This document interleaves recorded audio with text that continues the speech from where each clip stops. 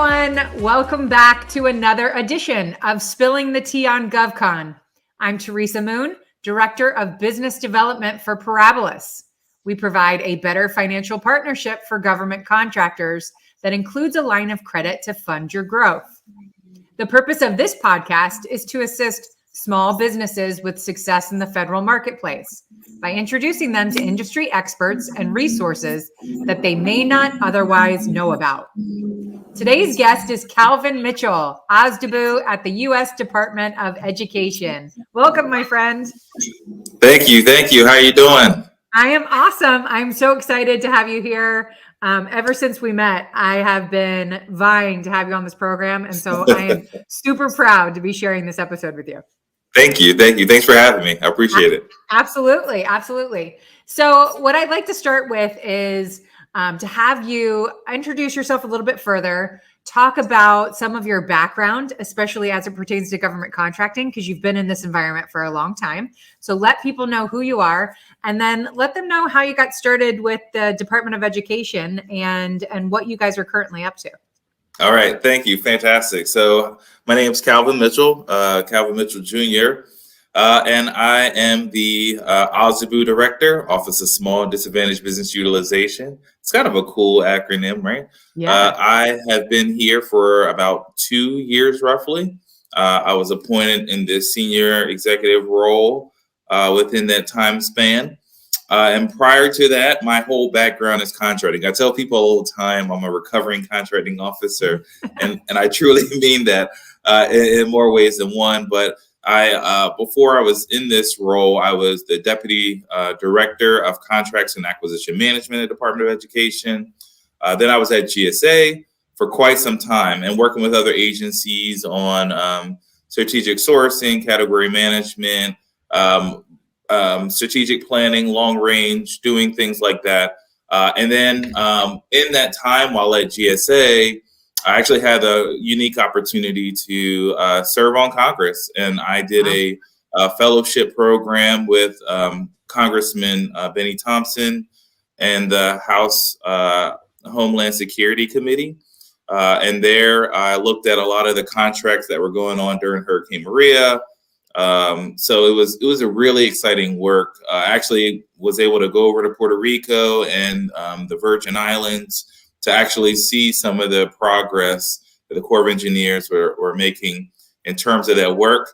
It was really very fascinating because I worked for the Corps of Engineers prior to coming to GSA. So I already knew about construction contracts, disaster contracts specifically. And so it was good for me to really come back and be able to talk to the congressman and the committee about what recommendations I would make in behalf of for the contracting aspect of it. And the cool thing is that they actually listened. So they actually listened and implemented some of the things that we did there. The fun thing while I was there too, I was on loan to the Small Business Committee.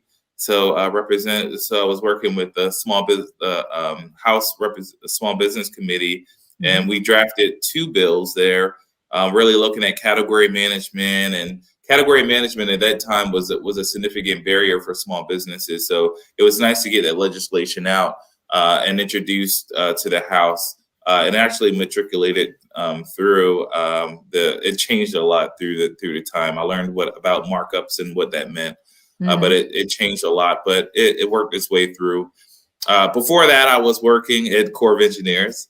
I worked as a Deputy Chief of Contracting for Army Geospatial Center. So a lot of the geospatial navigation stuff that they were doing in terms of security, I was over their contracting function there.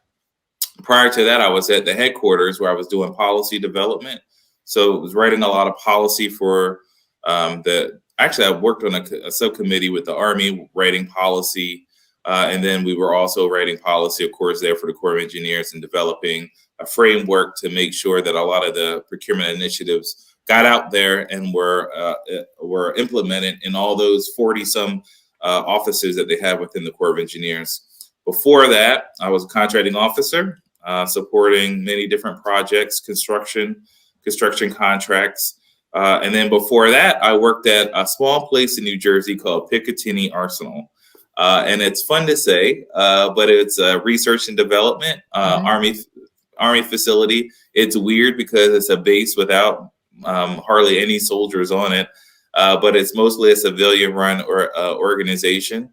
And almost all they did there was mostly explosive devices and things that went kaboom. So it's kind of cool coming from Picatinny, where I blew things up, and then go into the Corps of Engineers, where I built things up. So I guess you could really say I had the full life cycle. Yeah, you in did. My career.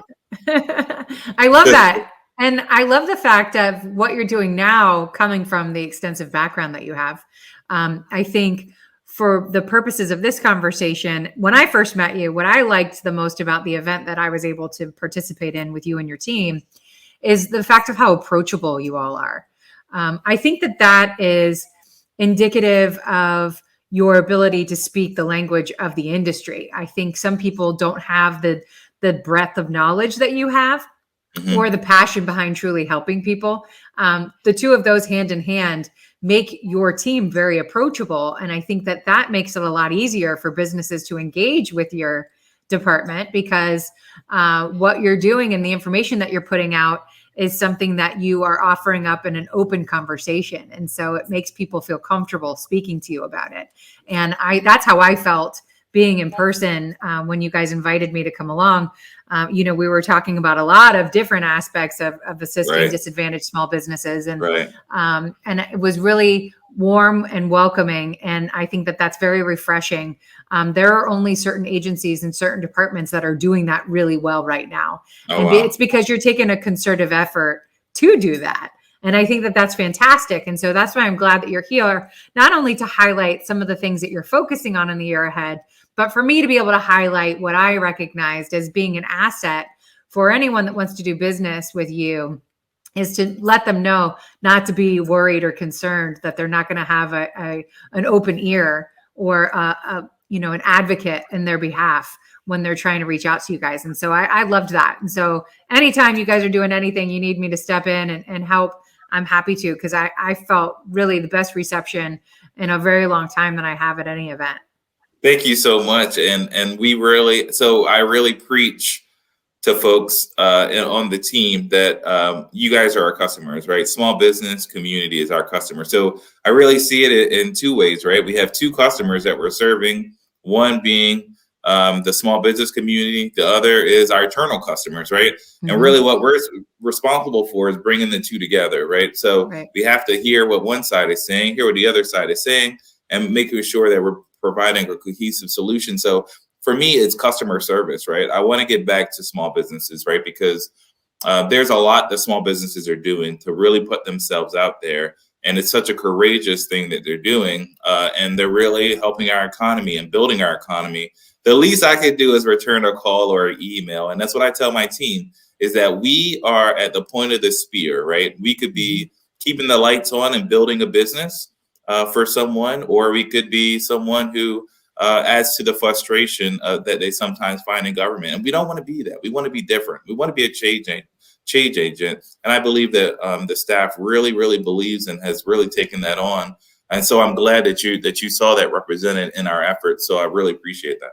Absolutely. And I'm the first to say that you guys did a great job. And, it doesn't hurt that I started my career as a teacher. So I've got a special place in my heart for education. And I think, we strive with a program like this and the blogs that we do and our newsletters to really have that education first approach, where we're trying to embolden and empower businesses with knowledge, because it is exactly what the cliche says. Knowledge is power. And the more you know, the better you are at being able to advocate for yourself, because no one can advocate for your business better than the business leader.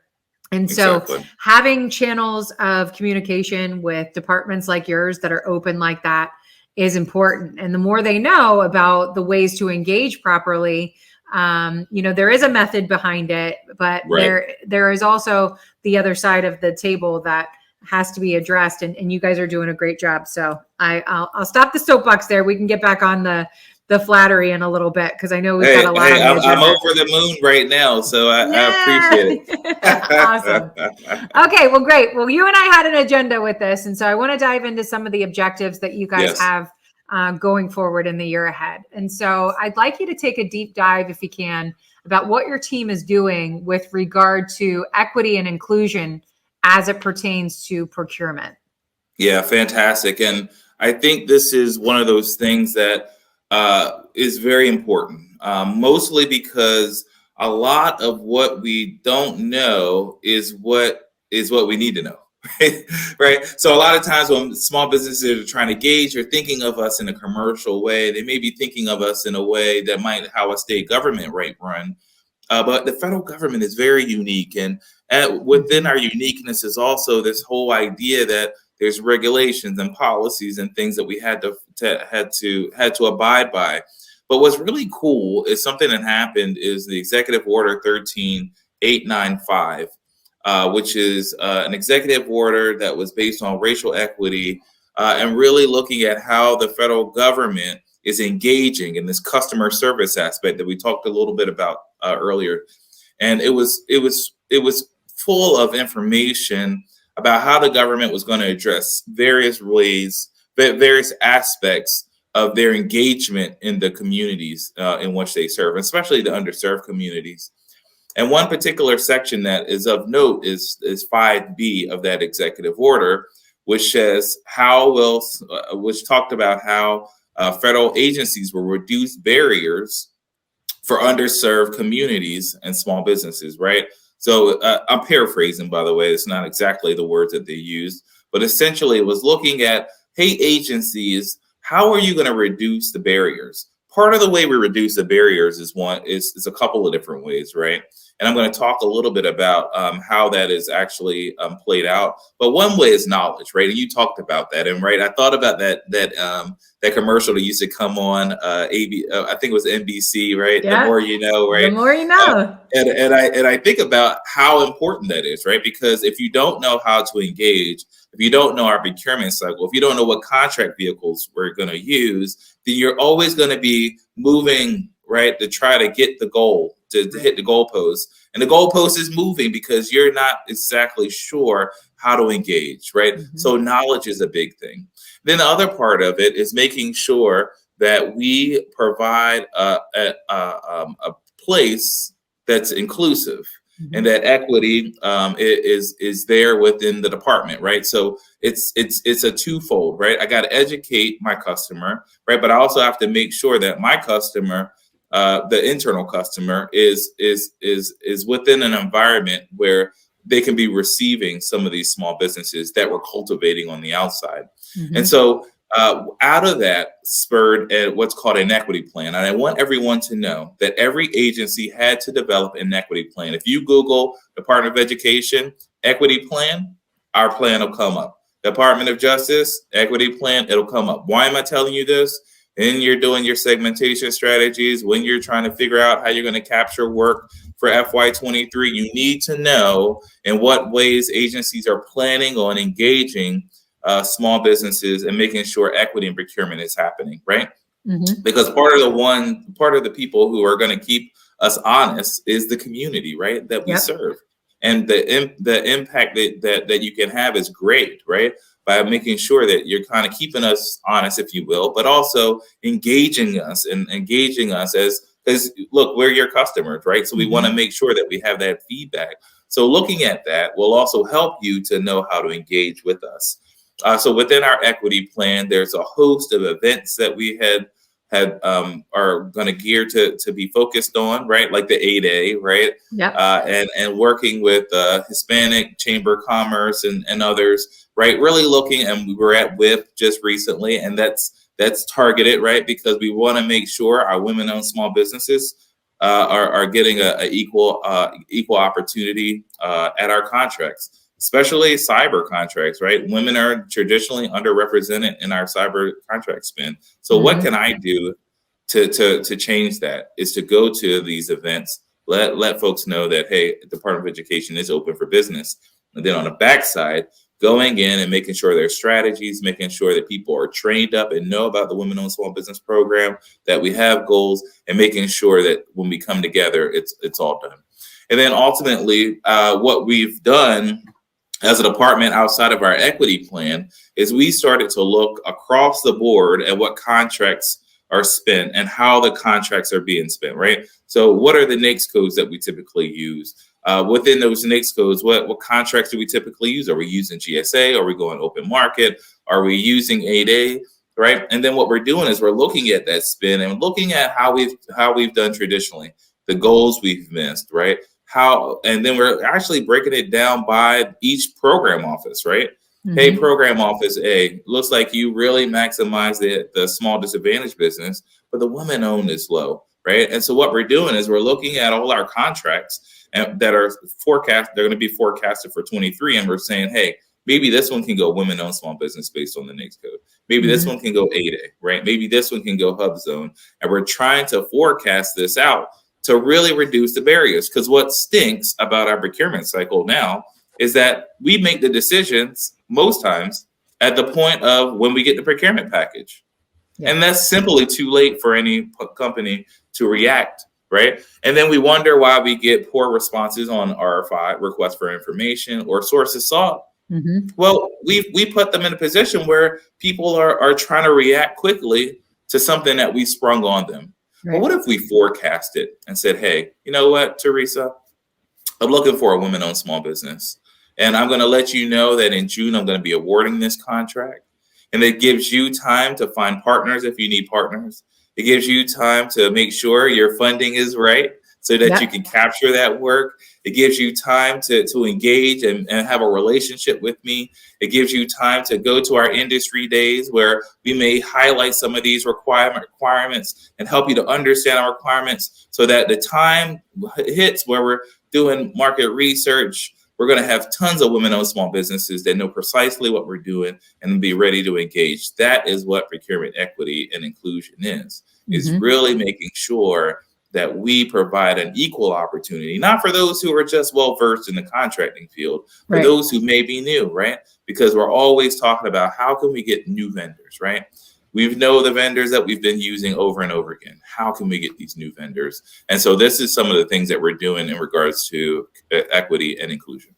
That's wonderful, because we've seen a decline in small business participation over the last 15, 20 years. And a lot of it is because people get discouraged about being overlooked in the beginning. So I think it's a breath of fresh air that you guys are making a concerted effort to focus on that inclusion of the newer businesses as well.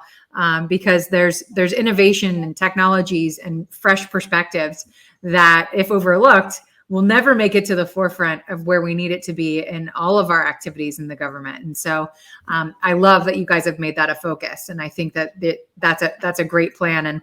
And we're going to go ahead and share that equity plan that you spoke of too, with our community as well, because I think it's great for people to have. I was making a note while you were talking to make sure that I remember to put that out there. And I think, sharing from other agencies and other departments what they have in place as well is important, because that'll help people recognize where some of the dedicated time is going to be over the next, of course, this next year. And the only other thing that I would add to, Teresa, which I actually forgot, is the M2203, which is the Equity and Procurement Memo. Mm-hmm. I encourage everyone to read that. It's a great piece of policy that was put out by the Office of Federal Procurement Policy, which really codifies a lot of the small business trends that I think we're going to see in 23 and 24 and possibly even 25. Mostly in part, there's a topic around category management, and much of M1913, which was the galvanized policy for category management, a lot of that was changed and rewritten to make sure that small businesses are more in the forefront. So that's something else I want to make sure that I get out there and that people are looking at and reading. Awesome. Okay, great. And we'll take a look at that as well to put that out with the information too. So thank you for that.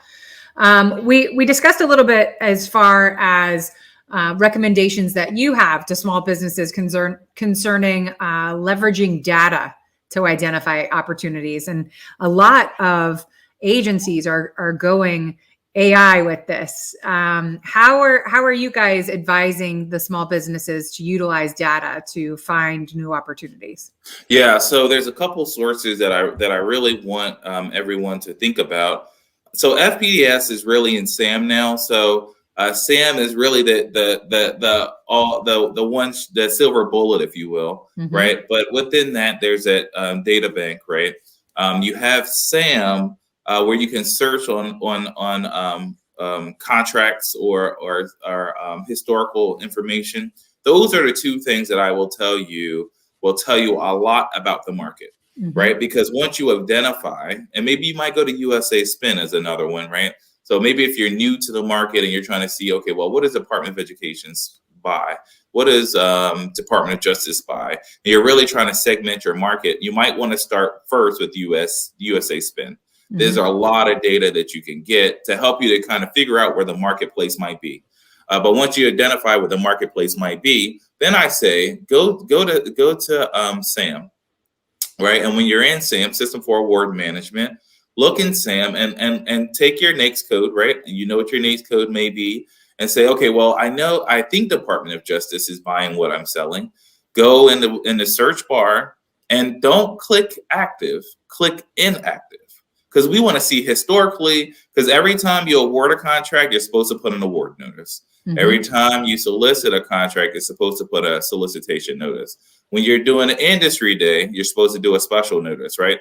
All this stuff provides you with a historical fact pattern, if you will, of things that are happening around procurements. So not only can you see that, hey, you know what? I see Department of Justice is buying this. You can go in, Sam, and see what the award document looks like. Who was it awarded to? You can actually even go back and see what the scope of work looks like. If you go back to the solicitation, it gives you a wealth of information. Then going into the data bank or FPDS and looking and seeing, okay, well, how many contracts have they purchased? How many contracts do they have? When are these contracts expiring? What Mm-hmm. offices within that department is buying that work, is purchasing, right? Where's that contracting office located, right? And all this information is very important because it helps you to build your strategy. Because ultimately, once you collect all the information, you go to the OSABU and say, hey, I know you buy this. I know you bought this 2 years ago, 3 years ago. I know you typically buy it this way on GSA schedule. I know you typically go with a set aside. I want you to know that I'm whatever this set aside is. I'm on GSA schedule and I offer these services. Here's my past performance. How can I engage with your program?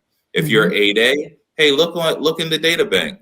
Figure out when the 8As are expiring under that NAICS code for that particular agency. Go to that agency, say, hey, I know you have this contract expiring. This is work that I do. Do you know that incumbent is no longer eligible? I would like to partner and help to keep that mission going. These are ways that you can use leverage data to identify opportunities. That is great advice. And I'm sure that Guy Timberlake's ears are burning right now because, when anyone utters the letters FPDS, it goes straight to his ears. It's his favorite. And I know you know him. He is one of my favorite people in the entire world. And you have just echoed a lot of what he tells his students, the business leaders that go and do work with him. A lot of what you said is exactly what he coaches them to do. And so this is great information. I'm going to make sure that he watches this episode so that he can see, he'll have validation now that not that he needed anymore. I certify you, Guy.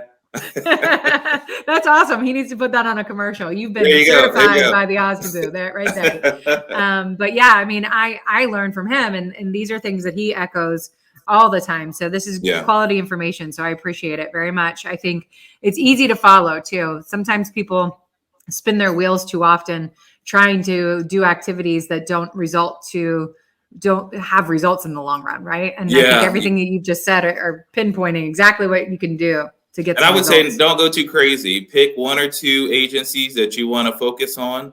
Get to know those agencies, get to know that marketplace really well. Build relationships are key. Get an Excel document or whatever software, whoever you speak to, make sure you get their name, their number, what they do. and make sure you have a contact list, right? So whenever you engage, you'll know who they are, you'll know what they do.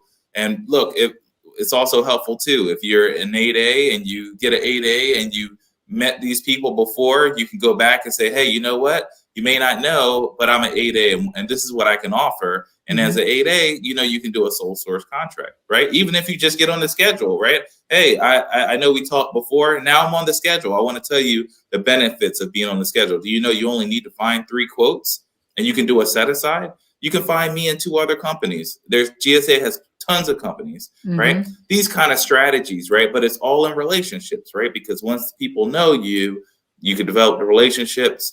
Once something is posted, it's probably too late if you have no relationships. You want to make sure you're building those relationships in between. I agree 100%. And this is awesome. So outside of all the advice that you've just given right there, I'd love to get your input and some sage wisdom that you can leave our audience with before we close out this episode. Any words of advice? Yeah, don't give up. I'm sure there's someone who's frustrated over the kitchen table. I'm sure there's one who's the last one in the office building, right? Who's thinking, okay, well, how will I get my breakthrough? Here's what I want to tell you is that if you keep pushing, that it will happen. And you don't want to stop pushing when you were just that close to the finish line. You were just within inches. And so what I always say is continue to push forward, continue to hone your craft, but also continue to build relationships, because relationships are going to be very valuable and key in your success. Please, please, please leverage the Yazabu as much as you can. Leverage the PTACs as much as you can. If you don't know who the PTACs are, we'll put the link there so you reach out to the PTACs. The scores are great resources. And all these resources are free. Free 99 is the best price I can think of. That's right. So make sure that you're using every single resource that's available to you. And even Small Business Administration, they provide a lot of assistance to small business. So don't feel isolated. And I know as a small business owner, it took tremendous courage for you to get to where you are. But don't feel isolated, because there's a community of people who want you to be successful. Look, Teresa's putting this together, right? She doesn't have to do this. She's in Florida. She could be on the beach hanging out. That's right. Even today. Right. But she cares so much about you as a small business owner that has done this, right? You talk about Guy. You talk about Gloria Larkin. Think of all these people who are really putting their time and their efforts and their livelihoods into making you successful. So that's why I say just keep going, because there's a lot of resources available to you, and that time is going to come. Well, that's awesome advice, and it's true. If people could only see how close they were to the finish line, it would encourage them. And it's hard to see it sometimes when you're in the thick of it. Right. But looking back, they'll be proud if they keep pushing. Yeah, that's right. That's right. That's awesome. Well, thank you again so very much for joining us, my friend. I've really appreciated you being here, and this was an awesome conversation. Thank you. Thank you. I appreciate it. Thanks for having me. Looking forward to seeing you again. Absolutely. I'm going to hold you to it. I'm in town a lot, so we got to get together again soon. And this is fun. I know you'll be back again, because I'm gonna force you. But we encourage our listeners to continue to follow us. We have a lot of exciting episodes ahead to share with you. If you're interested in viewing any of our past podcasts, you can find the archives to do so on our YouTube channel by the same name. It's a pleasure to support the government contracting community, and we look forward to servicing you every single day. Thank you for joining us. I'm Teresa Moon, and this is Spilling the Tea on GovCon. Have a great day.